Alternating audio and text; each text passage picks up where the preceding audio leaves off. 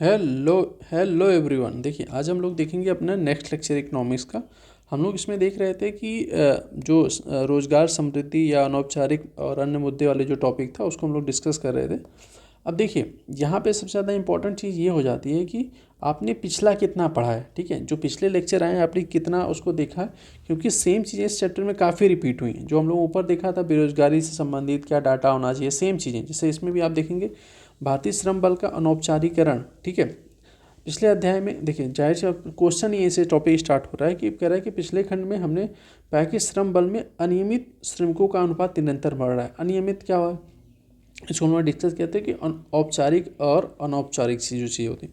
औपचारिक क्या होती है, औपचारिक जैसे आपको जो तैयारी कर रहे हैं, ठीक है, या कोई अच्छे फॉर्म या प्राइवेट कंपनी किसी में आप जॉब कर रहे हैं, जिसमें क्या होता है आपको नियमित वेतन मिलते हैं, काम की गारंटी रहती है, कुछ बेसिक जो सुविधाएं होती हैं उसकी कुछ बीमा सुविधाएं होती हैं, कुछ स्वास्थ्य संबंधित सुविधाएं होती हैं, हर चीज़ एक पूरे सिस्टम के थ्रू। अनौपचारिक क्या होता है, अनौपचारिक सेक्टर क्या होता है, अनौपचारिक में आप देखेंगे जैसे कि लोग जो नियमित या कह सकते हैं कि दिहाड़ी मजदूर जो ईंट भट्ठों पे लोग काम करते हैं, उनके पास देखेंगे बेसिक सुविधाएं नहीं रहती, ना कोई इनकी गारंटी योजना होती, ना नियमित वेतन होता है, ना ये भी नहीं होता कि आपको उनको आज काम मिला तो कल ज़रूर काम मिलेगा, ऐसा कुछ नहीं होता। तो कह रहा है कि आज भी आप देखेंगे अनियमित श्रमिकों का अनुपात क्या हो रहा है, बढ़ रहा है। स्वतंत्रता के बाद भी विकास योजनाओं का एक ध्येय क्या होता है, जन सम्मान को एक सम्मानपूर्ण आजीविका, या क्योंकि देखिए पॉलिसी क्यों बनती है, पॉलिसी बनती है जाहिर सी बात है कि लोगों को इस उद्योग को भी सहूलियत हो प्लस लोग भी उससे लाभान्वित हों, दोनों का जो है बैलेंस करने की कोशिश की जाती है। भाई लोगों की आजीविका भी सुनिश्चित हो प्लस उद्योग भी ऐसा ना हो कि उद्योग पे कोई इतनी कठोर या कोई ऐसा रिस्ट्रिक्शन डाल दिया जाए कि जो देश छोड़ के चले जाए। तो एक बैलेंस करके कोशिश होती है। तो कह रहे हैं आज भी योजनाओं का यही उद्देश्य है कि कैसे उच्च जीवन स्तर या सुलभ लोगों को जीवन स्तर प्रदान किया जाए।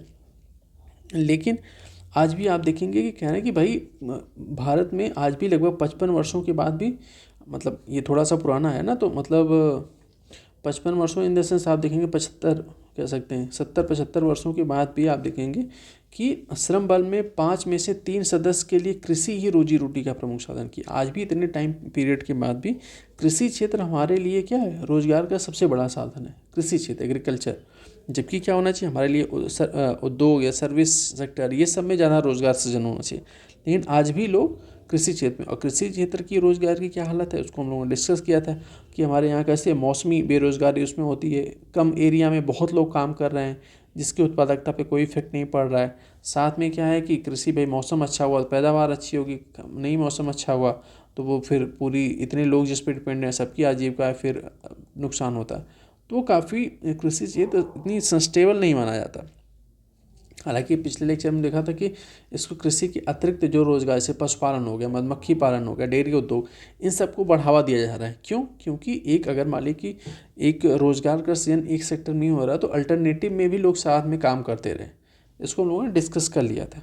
ठीक है, वही कहना है कि अर्थशास्त्रों का तर्क है कि अनेक वर्षों में से रोजगार की गुणवत्ता में निरंतर ह्रास हो रही है। रोजगार की गुणवत्ता मतलब कि वही कि भाई अनौपचारिक जो सेक्टर में लोग धीरे धीरे बढ़ रहे हैं, ठीक है, मतलब कि नियमित उनको पारिश्रमिक नहीं मिल पा रहा है या फिर डेली रोजगार नहीं मिल पा रहा है अनऑर्गेनाइज सेक्टर में, तो क्या होती है रोजगार की इसको गुणवत्ता का क्या हो रहा है, ह्रास हो रहा है।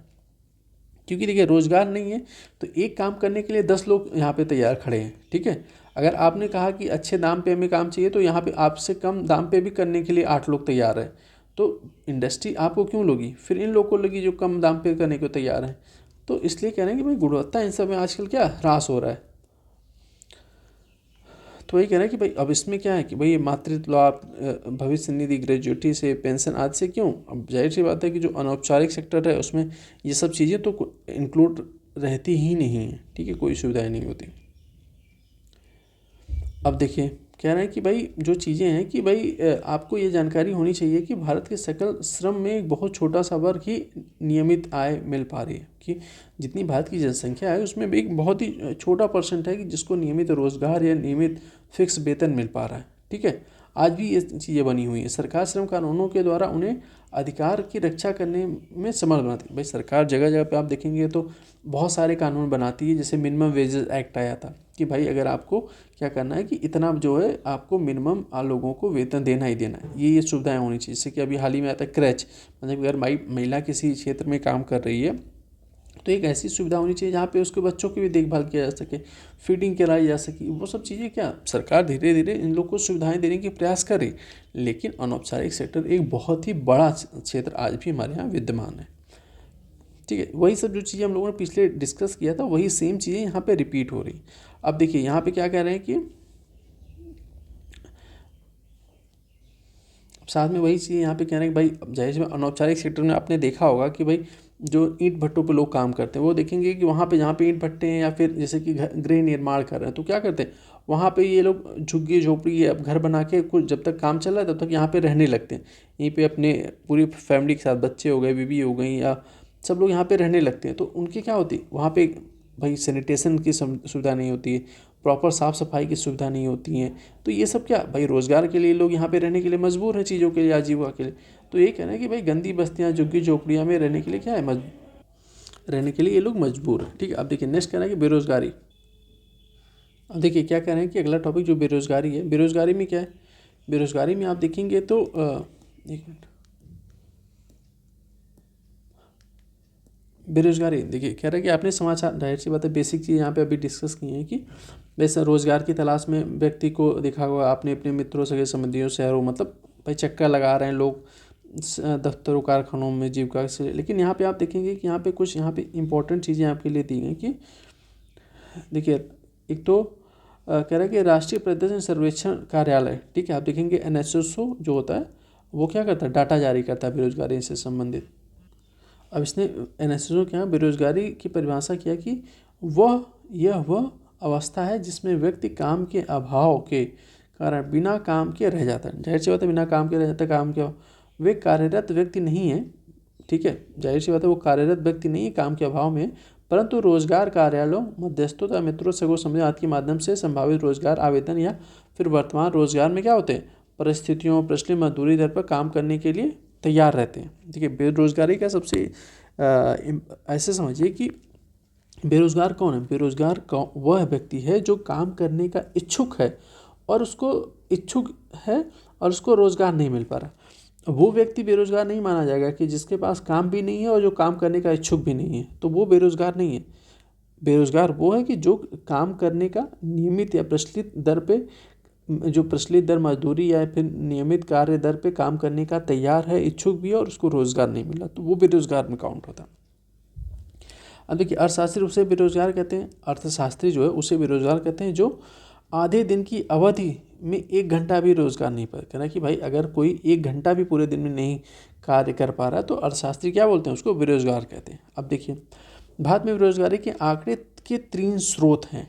ठीक है, भारत की जनगणना रिपोर्ट एक तो ये होती, राष्ट्रीय परिदृश्य एवं सर्वेक्षण कार्यालय जो जारी करता है, फिर कह रहा है कि रोजगार और बेरोजगारी की अवस्था संबंधी रिपोर्ट और रोजगार प्रशिक्षण महानिदेशालय के रोजगार कार्यालयों में पंजीकृत आंकड़े। अब कह रहा है कि बेरोजगारी के भिन्न भिन्न अनुमान किए गए, हमें बेरोजगारी के लक्षण तथा देश के प्रचलित। अब देखिए क्या है कि हमारे यहाँ की बहुत सारे हैं प्रावधान है, डाटा रिलीज जारी होती, तो आपको क्या करना है कि ध्यान रखना है कि जो कोई रिपोर्ट आ रही है प्लस उसमें देखेंगे कुछ बेरोजगारी के डाटा तो उसमें दिखाते हैं किस सेक्टर में किस कारण से है, तो आपको ये एनालिसिस करना पड़ेगा। हो सकता है कि नॉर्थ में कोई बेरोजगारी या इन सब का कोई, या किसी स्टेट में बेरोजगारी का कारण और हो, साउथ में कोई और रीज़न हो, या फिर ईस्ट में कोई और हो तो वेस्ट में कोई और हो सकता, तो आपको वो एनालिसिस करके आपको रिपोर्ट पूरी एनालिसिस करनी पड़ेगी। अब देखिए अब यहाँ पे कह रहा है कि देखिए कह रहा है कि कुछ यहाँ पे परिभाषाएं बेरोजगारी कैसी कितने प्रकार की होती है ये थोड़ा हम देख लेते। कह रहा है देखिए कह रहा है कि हमारी अर्थव्यवस्था में बेरोजगारी भिन्न भिन्न प्रकार की है। ठीक है, इस अनुच्छेद में प्रथम गद्यांश में वर्णित खुली बेरोजगारी कहते हैं भारत में कि कृषि में फैली बेरोजगारी को अर्थशास्त्री क्या प्रच्छन्न बेरोजगारी। ये प्रच्छन्न बेरोजगारी क्या होती है, प्रच्छन्न बेरोजगारी वह होती है कि मान ली कि कहीं पे 5 लोग, ठीक है, कहीं पे अगर हो सकता है कि आपको 4 लोग के लिए आवश्यकता हो किसी एक छोटे से मतलब किसान का एग्जांपल लीजिए कि हो सकता है कि 4 लोग का काम हो उसके खेत में, लेकिन प्रच्छन्न बेरोजगारी वह है कि अपने वो परिवार के साथ पूरे सदस्यों के साथ 5-7 लोग जो है इसी में लगे हुए हैं। तो जाहिर सी बात है कि 4 जगह पे 5-7 लोग कर रहे हैं, तो क्या है एक इसको प्रच्छन्न बेरोजगारी मतलब छुपी बेरोजगारी, क्योंकि इनडायरेक्टली लगेगा अच्छा हाँ कि भाई 6-7 लोग तो रोज़गार पा रहे हैं, काम तो कर ही रहे हैं इसमें, हाँ, लेकिन वो एक्चुअल में काम 3 ही 4 लोग का है। तो प्रच्छन्न मतलब छुपी हुई बेरोजगारी, 4 जगह पे 6 लोग काम कर रहे हैं, तो एक बड़ी समस्या कृषि क्षेत्र में ही है। अब देखेंगे कि कह रहा है कि आपने देखा होगा कि बड़ी संख्या में, अब जाहिर सी बात है, हम लोगों ने पिछले में डिस्कस किया था कि भाई जब वर्षा मौसम या फिर इसे खेती में कटाई का सीजन होता है तो बहुत से लोग क्या होते हैं, आप देखेंगे शहरों से गांव में पलायन करते हैं। लेकिन एक टाइम के बाद जब खेतों की फसल लग जाती है या फिर बुआई हो जाती है तो फिर लोग क्या होते हैं, बेरोजगार हो जाते हैं।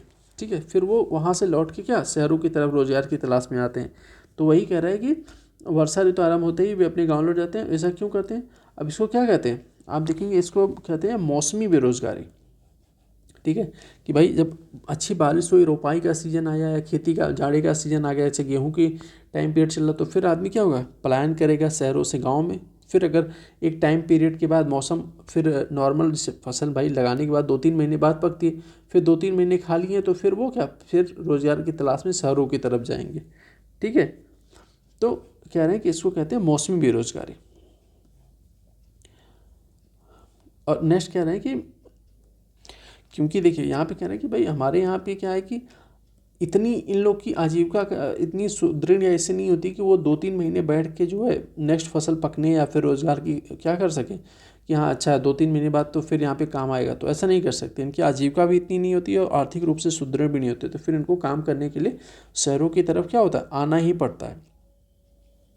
अब कह रहे हैं कि जाहिर सी बात है कि अब शहरों की तरफ आते हैं तो उनको जो है वही है जो ऊपर डिस्कस किए थे, नॉर्मल वही झुग्गी झोपड़ी सफाई, इन सब पे कोई बेसिक सुविधाएं नहीं रहती, उनको रह के बस आर्थिक जीविका उपार्जन के लिए यहाँ पे रहना पड़ता है। इनको बेसिक, बहुत ही बेसिक सी ज़रूरत, मतलब कि कह सकते हैं कि ना कि बहुत ही कम सुख सुविधाओं में ये रह के जीवन व्यतीत करते हैं। अब से कि यहाँ पे उनको स्वास्थ्य संबंधी समस्याएं आ जाती हैं, स्वच्छता हो गया, जोखिम भरे कार्य में, क्योंकि भाई उनको देखिए इतनी आर्थिक स्थिति नहीं, तो उनको 2-3 महीने के लिए क्या होगा, काम चाहिए। औपचारिक क्षेत्र में नहीं, अनौपचारिक क्षेत्र में काम करेंगे तो वो जोखिम भरे कार्य हो गए या फिर स्वास्थ्य के लिए हानिकारक भी बहुत से कार्य हो गए, उसमें भी वो लग जाते हैं। तो इसमें क्या होता है, इससे पूरी कह सकते हैं कि एक पूरी देखेंगे तो एक तो स्वास्थ्य संबंधी समस्याएं आ रही, जोखिमपूर्ण कार्य है। ठीक है, प्लस क्यों, अब क्योंकि कृषि क्षेत्र में उनको हमेशा रोजगार नहीं मिल रहा है, तो बेरोजगारी में क्या क्या है कि बहुत सारी दिक्कतें आ रही हैं बेरोजगारी के थ्रू। एक तो आजीविका का अनौपचारिक क्षेत्र में जो है जोखिम भरे काम कर रहे हैं, मौसमी बेरोजगारी है। आप देखेंगे कि भाई प्रचंड बेरोजगारी संबंधी समस्याएं हैं। आपको जब लिखेंगे तो आपको ये लिखना होगा कि भाई अगर हो सकता है कि कृषि क्षेत्र में बेरोजगारी कितने प्रकार की होती है, ऐसे ही क्वेश्चन पर कृषि क्षेत्र में बेरोजगारी से संबंधित चर्चा है, तो आप बेरोजगारी चीज़ें बताएंगे क्यों क्यों हो रही, प्लस प्रचंड बेरोजगारी की समस्या क्या है, मौसमी बेरोजगारी क्या समस्याएं हैं। ठीक है, तो आपको ये डिटेल में डिस्कस करनी होगी। अब कह रहे हैं कि सरकार और रोजगार सृजन, देखिए सरकार रोजगार सृजन में क्या कह रहे हैं, आपको इसमें बेसिकली करंट का बहुत ज़्यादा इसमें रोल है इस पूरे टॉपिक में। ठीक है, इसमें बेसिक चीज़ें लिखी लेकिन यहाँ पे हम डिस्कस कर लेते हैं। कह रहे हैं कि भाई जैसे कि सरकार ने अब रोजगार का सबसे बड़ा इंडिया में कार्यक्रम क्या है, आप देखेंगे मनरेगा। ठीक है, मनरेगा क्या है, ऑल ओवर इंडिया में देखेंगे कि रोजगार, लोगों को रोजगार सुविधाएं कृषि स्पेशली ग्रामीण क्षेत्रों में रोजगार देने का सबसे बड़ा जो है साधन इंडिया में क्या है, मनरेगा है। मनरेगा के थ्रू आप देखेंगे कि लगभग 100 दिन के आसपास जो है रोज़गार की गारंटी मिल रही और आपको एक नियमित, मतलब डायरेक्ट आपके अकाउंट में एक नियमित जो है आपको एक अच्छी खासी, मतलब कि जीविका भोजन के लिए पर डे के हिसाब से आपको सैलरी उसमें मिलती है। एक ये, प्लस साथ में सरकार द्वारा कृषि संबंधित क्षेत्र में या फिर ग्रामीण क्षेत्रों में कि सरकार के रोजगार सृजन के क्या क्या पॉलिसी बनाई जा रही, क्या क्या वो कर रहे हैं कि भाई आजीविका के लिए कि लोगों की ये सुविधाएं मिले। हाँ, जैसे आपने देखा होगा कि हाल की योजनाओं में कि सरकार क्या बहुत से लोगों को रोज़गार संबंधित क्या क्या लोन दे रही है। ठीक है, जैसे योगी मानधन योजना आ गया। ठीक है, अब बहुत स्ट्रीट वेंडर योजना लोगों को रोज़गार सृजन के लिए क्या कर रही, ऐसे ऐसे कम मिनिमम कह सकते हैं कि सरकार गारंटर बन के लोगों को पैसे उपलब्ध करेगी, आप स्टार्टअप स्टार्ट करिए। बहुत से कृषि क्षेत्र में जैसे कि बीज के लिए या ड्रोन सुविधाओं के लिए बहुत सी सरकार क्या, जैसे कि अभी सहेली एक योजना आई है, तो सरकार ये सब रोजगार सृजन का को अवसर भी प्रदान कर रही है। अब जाहिर सी बात है अगर आपने सरकार के थ्रू लोन लेके कोई स्टार्टअप स्टार्ट किया तो आप उसमें काम तो करेंगे नहीं अकेले, हो सकता है आपको 1-2 लोग को और रखना पड़े, तो ये क्या है, ये भी एक रोज़गार का साधन है। तो आपको ये करंट से चीज़ें कि जितनी पॉलिसी योजनाएं पढ़ोगे तो लिंक करके ग्रामीण क्षेत्र में क्या फ़ायदे होंगे आर्थिक, क्योंकि अगर देखिए हो सकता है कि आपको अल्टरनेटिव में अगर मान ली कृषि जैसे कि है प्रचंड बेरोजगारी है, ठीक है, मान लीजिए समस्या है, प्रचंड बेरोजगारी, हो सकता है कि इस एरिया में 2 लोग का काम हो, 5 लोग कर रहे हैं, तो हो सकता है कि यहाँ पे 2 ही लोग काम करें जितना काम है, और शेष लोग अगर कोई और अल्टरनेटिव काम स्टार्ट कर सकते हैं, स्टार्टअप, तो हो सकता है दोनों को यहाँ से भी इनको आजीविका मतलब पैसे आ रहे हैं, यहाँ से भी आने लगे, तो क्या होगा, सुख सुविधाएँ या फिर बेसिक उनको जो सुविधाएँ हैं और अच्छे बेहतर होगी। क्योंकि जाहिर सी बात है 2 के 4 कर रहे हैं तो 3 लोग का यहाँ पे 2 लोग का तो काम ऐसे ही काउंटेबल नहीं है, ठीक है। तो सरकार रोजगार सृजन संबंधित जो सुविधाएं कर रही है, आपको ये लिखना पड़ेगा, बताना पड़ेगा योजनाओं संबंधित। देखिए कह रहे हैं कि निष्कर्ष में अगर हम देखेंगे, क्या है कि भारत की श्रम व संरचनाओं में परिवर्तन आ चुका है। जाहिर सी बात, आपने देखा होगा कि अभी क्या है कि रोजगार के बहुत नए नए क्षेत्र उत्पन्न हो गए, ठीक है। आप देखेंगे कोविड के बाद रोजगार के एक नया स्वरूप भी परिवर्तित हो गया, ठीक है। इसमें कह रहे हैं कि भाई सेवा क्षेत्र में रोजगार के नए अवसरों का सृजन हो रहा है, सर्विस सेक्टर में बहुत सारे सेवा क्षेत्र का विस्तार तथा नई प्रौद्योगिकी के प्रादुर्भाव के कारण निर्बाध रूप से लघु उद्योग तथा कुछ विशिष्ट उपक्रम तथा विशेषज्ञ श्रमिकों की बहुराष्ट्रीय कंपनियों में प्रतिस्पर्धा पर टिक सकते हैं कार्य। अब आउटसोर्सिंग बात देखिए, कह रहे हैं कि भाई नए रोजगार का सृजन बहुत अब तेज़ी से हो रहा है, सर्विस सेक्टर में बहुत हो रहा है। आउटसोर्सिंग आप देखेंगे कि घर बैठे आप यहाँ तक कि वर्क फ्रॉम होम में कंप्यूटर से संबंधित जो बहुत सारे कार्य आप घर पे बैठ के सीधे कर सकते हैं, ये एक रोज़गार का सृजन हो रहा है। प्लस आप अब रोज़गार का ये हो गया, जब से डिजिटल चीज़ें हुई हैं तब से आप देखेंगे ना केवल इंडिया, मतलब आप देखेंगे इंडिया में भी बहुत सारे लोग फ्रीलांसिंग हो गया, फिर रोज़गार संबंधी चीज़ें क्या होंगी, बड़े बड़े मतलब अंतर्राष्ट्रीय किसी और कंट्री का काम जो है यहीं पे बैठ के लोग कर रहे हैं, तो रोज़गार का क्या हुआ, दायरा इस टाइम बढ़ गया। अब केवल भारत में नहीं, पूरे वर्ल्ड लेवल पे आप घर यहाँ पे एक जगह से बैठे काम कर सकते हैं। तो रोज़गार का ये चीज़ें जो है और विस्तार हुआ है। साथ में आप देखेंगे कारखानों में सुख सुविधाओं से संबंधित जो बेसिक चीज़ें हैं, ठीक है, न्यूनतम सामाजिक सुरक्षा, ये सब उपलब्ध कराने का जो सरकार का पॉलिसी है, या श्रमिकों को एक कानून बनाया जाता है कि जहाँ इनको बेसिक स्ट्रक्चर तो देना ही है, बेसिक चीज़ें आपको प्रोवाइड करानी है, तो ये सब सुविधाएँ धीरे धीरे क्या हो रही हैं, बढ़ रही हैं। कह रहे हैं कि प्लस अगर ये सब चीज़ें बढ़ेंगी तो एक रोज़गार का क्या एक पॉजिटिव माहौल बनेगा, प्लस लोगों को सुविधाएं मिलेंगी तो लोग उसमें कार्य में भी थोड़ी सी अच्छे अपनी फुल देने की कोशिश करेंगे। साथ में अगर श्रम रोज़गार ये सब, तो हमारा जो इंडस्ट्री क्षेत्र है या जिस क्षेत्र में रोज़गार सब से, तो क्या होगा, उसकी ग्रोथ होगी। और ग्रोथ होगी तो वो हमारे ग्रोथ न केवल श्रमिक के जीवन में बल्कि हमारे जीडीपी में भी रिफ्लेक्ट होगी, ठीक है। अब साथ में कह रहे हैं कि भाई इसके साथ ही रोज़गार के अवसरों का सृजन नहीं होने के कारण सरकार अब भाई ग्रामीण क्षेत्रों में, लेकिन अभी आप देखेंगे कि वहाँ पे क्या है कि रोज़गार का अभी जो क्षेत्र जिस कंपैरिजन में देखा जाए, कोई शहरी क्षेत्र में रोज़गार की अवसर प्लस ग्रामीण क्षेत्रों में, तो कंपैरिजन टू शहरी क्षेत्रों में ज़्यादा है, लेकिन ग्रामीण क्षेत्रों में अभी उतना नहीं हो पा रहा है। क्योंकि शहरी क्षेत्रों में आप देखेंगे, देखिए इसमें डिस्कशन बेसिक बहुत करना है, लेकिन ये है कि शहरी क्षेत्र में अगर रोज़गार के क्यों अवसर ज़्यादा है, क्योंकि आप देखेंगे यहाँ पे सुविधाएं, मतलब अगर एक बेसिक चीज़ मतलब इंफ्रास्ट्रक्चर हो गया, टेक्नोलॉजी हो गई, ठीक है, सुविधाएं हो गई इन द सेंस कि आप रोड की व्यवस्था ले लीजिए, लाइट की, बिजली की, पानी की, जो बेसिक चीज़ें हैं, नेट की सुविधाएं ले लीजिए, तो इसमें क्या शहरी क्षेत्र में ज़्यादा है, तो लोग यहाँ पे कारखाने या फिर उद्योग कंपनी लगाना ज़्यादा प्रेफर करते हैं। ग्रामीण क्षेत्रों में जो है अगर सरकार अब उस तरफ फोकस हो रही है कि भाई ग्रामीण क्षेत्रों को विकास किया जाए, जिससे क्या होगा, ग्रामीण क्षेत्रों में अगर सरकार बेसिक सुविधाएं उपलब्ध कराएगी तो रोज़गार के बहुत सारे अवसर अपने आप उत्पन्न हो जाएंगे, ठीक है। तो इसमें इस चैप्टर में बेसिकली आप देखेंगे तो बस बेरोजगारी संबंधी जो 2-3 डिफिनीसन दी गई है उसको बस आपको ध्यान रखनी थी, और इस चैप्टर में और कुछ खास नहीं था, क्योंकि हम लोगों ने पिछले लेक्चरों में वो सब चीज़ें इनडायरेक्टली डायरेक्टली सब डिस्कस कर चुके थे, ठीक है। नेक्स्ट लेक्चर से हम लोग एक नया चैप्टर स्टार्ट करेंगे। साथ ही अगर आपको कोई भी डाउट होता है तो आप कमेंट बॉक्स में बताइए, उसको हम लोग चर्चा करेंगे, ठीक है। चलिए मिलते हैं नेक्स्ट लेक्चर में, तब तक के लिए धन्यवाद।